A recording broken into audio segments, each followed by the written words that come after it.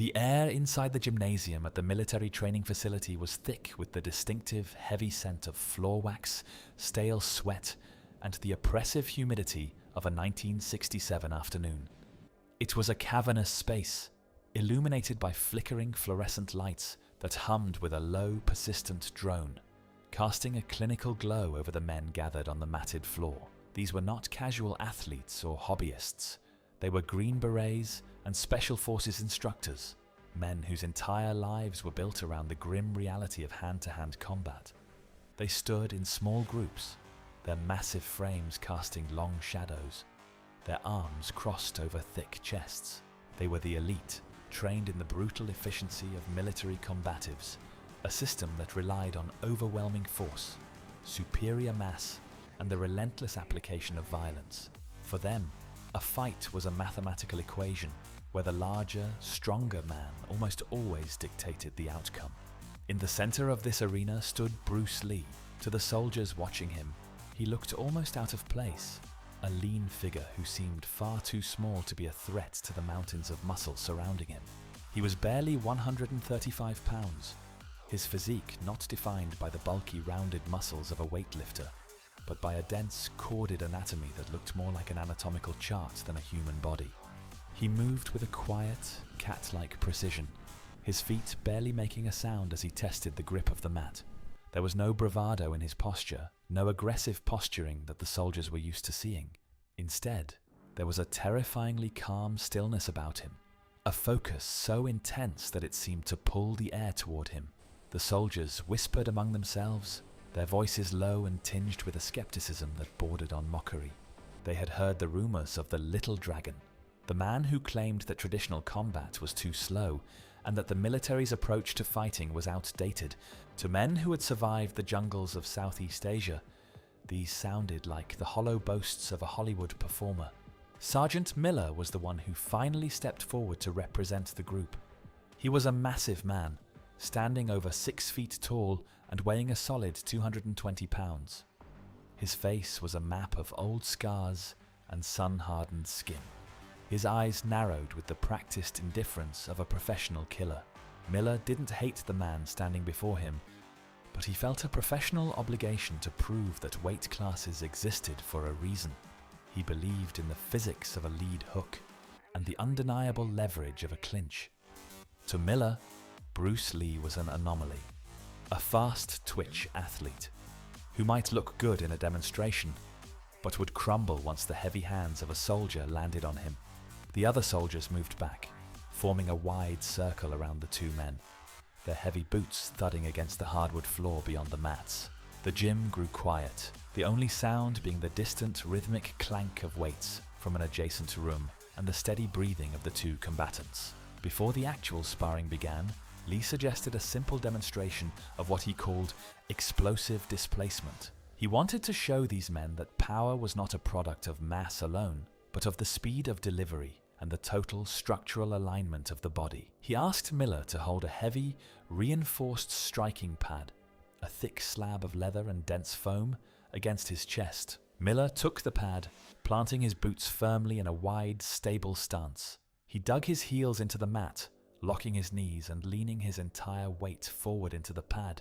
He was a human wall, braced to absorb the impact of a charging bull. He gripped the straps of the pad until his knuckles turned white, a small, confident smirk playing on his lips as he looked down at Lee. He expected a punch, perhaps a fast one, but he was certain his mass would keep him rooted to the spot. Lee stepped within inches of the pad.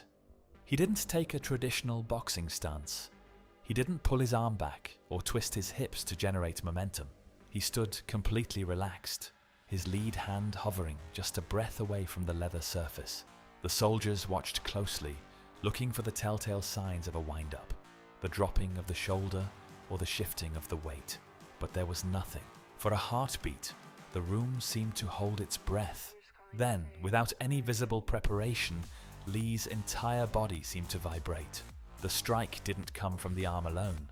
It began at the ankles, traveled through the snap of his knees, and was amplified by a violent, microscopic rotation of his waist. The sound that followed was a sharp, percussive crack, that echoed off the high rafters of the gym, sounding more like a gunshot than a fist hitting a pad. Miller, despite his braced legs and 200+ pounds of muscle, was lifted clean off the mat. He didn't just stumble, he was propelled backward, as if he had been hit by a pneumatic ram. His feet skidded across the surface of the mat, his arms flailing as he tried to find his balance. He travelled nearly 5 feet before his momentum was halted by the chest of 2 other soldiers who had to catch him to keep him from slamming into a rack of weights. Miller stood there for a second, his face pale, his breath coming in short, ragged gasps. The wind had been completely knocked out of him, the shockwave of the strike having travelled through the pad and deep into his thoracic cavity. The smirk was gone, replaced by a look of genuine, wide-eyed shock. The soldiers who had caught him were staring at their own hands, feeling the residual vibration of the impact. Lee hadn't moved from his original position. He stood with his hands loosely at his sides, his breathing as calm as if he were taking a morning stroll. He looked at the men and explained, his voice quiet and even, that power was a matter of timing and the removal of leaks in the kinetic chain. He told them that Miller was slow because he was too tense, and that his tension acted as a brake on his own strength. The sergeant took a moment to recover, rubbing his chest where the pad had been braced. He could feel the deep ache in his ribs, a physical reminder that the man in front of him possessed a type of strength that defied their understanding of anatomy. The atmosphere in the gym shifted instantly. The mockery was replaced by a grim, professional focus. They realized that they weren't watching a performance. They were witnessing a superior technology of the human body. When the sparring finally commenced, the dynamic was immediately different from anything the soldiers had practiced. Miller moved in with the cautious aggression of a predator who had just realized his prey had teeth. He kept his hands high and tight, moving his head in the small, rhythmic bobs of a trained boxer. He tried to use his reach, throwing out a stiff left jab intended to measure the distance and keep Lee at bay. He wanted to find a rhythm, to establish a conversation of strikes that would eventually allow him to land his heavy right cross, but Lee refused to participate in that rhythm. He didn't box, he disrupted. Lee's movement was a constant, flickering blur. He used a specialized footwork known as the pendulum step, a rhythmic shifting of weight that made it impossible for Miller to pin down his exact location. Every time Miller committed to a strike, Lee would be a fraction of an inch outside the line of force. It wasn't a large, theatrical movement, but a precise, economical evasion. The soldiers watching began to notice a pattern. Miller would swing, his muscles bulging with effort, and his fist would cut through the air exactly where Lee's head had been a millisecond before. In response, Lee's lead hand would flicker out. Not a full punch, but a lightning-fast stop hit that would tap Miller on the forehead or the chin before the sergeant could even retract his own arm. The frustration on Miller's face began to mount.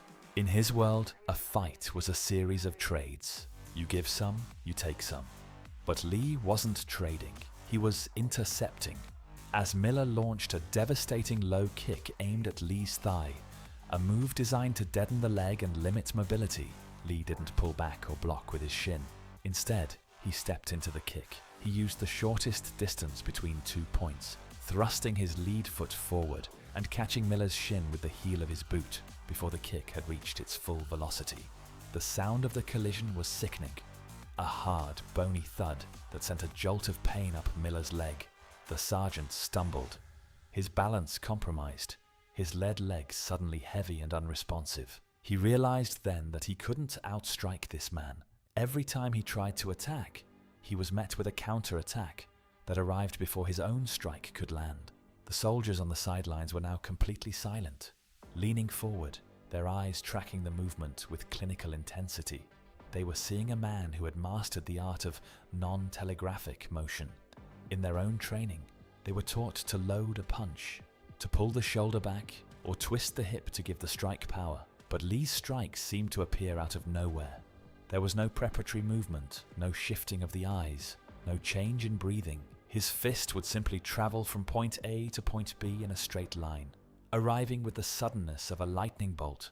Miller was a veteran of dozens of real-world engagements, but his nervous system simply couldn't keep up with the lack of visual cues. He was fighting a man who was already at the destination before he had even started the journey. Desperate to change the tide, Miller decided to abandon the striking game and rely on his primary advantage, his size and wrestling background. He lowered his center of gravity, tucking his chin and surging forward in a classic double-leg takedown attempt. He wanted to get his arms around Lee's waist, to lift him and slam him into the mat where his speed wouldn't matter.